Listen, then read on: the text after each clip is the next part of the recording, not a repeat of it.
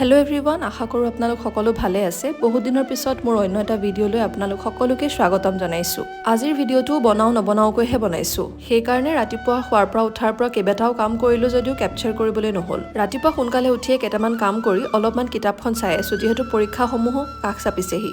এইকেইদিন বতৰো ইমান বেয়া কৰিছে, আমাৰ চাৰিওকাষে পানী। গাঁতবোৰত পানী সোমাই থকাৰ বাবে সাপবিলাক থাকিবলৈ জেগা নোহোৱা হৈছে। আমাৰ ঘৰৰ চাৰিওকাষে ইমান কেইডাল সাপ এইকেইদিন আমি দেখিবলৈ পাইছোঁ। দেউতা আৰু জামাই খুৰাই মিলি গোটেই ঘৰৰ চাৰিওকাষ ভালকে চাফা কৰি পেলালে। এনেও আমাৰ ঘৰৰ বাৰীত কেইবাডালো সাপ আগৰ পৰাই আছে। এতিয়া পানী হোৱাৰ ফলত সাপবোৰ ওলাই আহিছে আৰু সিদিনাখন আমাৰ ঘৰৰ সন্মুখতে বাইক এখন পাৰ্ক কৰি থৈছিলে, সেই বাইকখনৰ ওপৰতো সাপ ওলাইছে।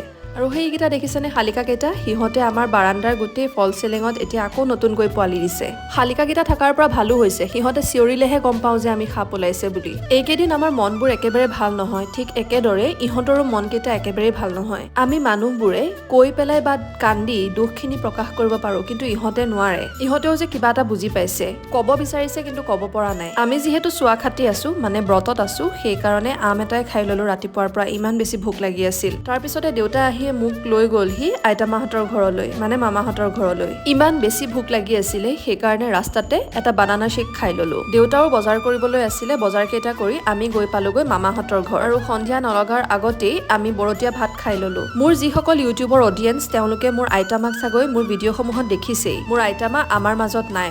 ভিডিঅ'টো দিওঁ নিদিওঁকৈ দিছোঁ, জেঠাইহঁতে অনুৰোধ কৰাৰ বাবেহে মই এই ভিডিঅ'টো বনাবলৈ লৈছোঁ। জেঠাইহঁতে বিচাৰিছিলে মই যিদৰে আইতামাৰ লগত কটোৱা সময়খিনি ধৰি ৰাখিছিলোঁ, আইতামাৰ সকামৰ ভিডিঅ' যাতে ধৰি ৰাখোঁ।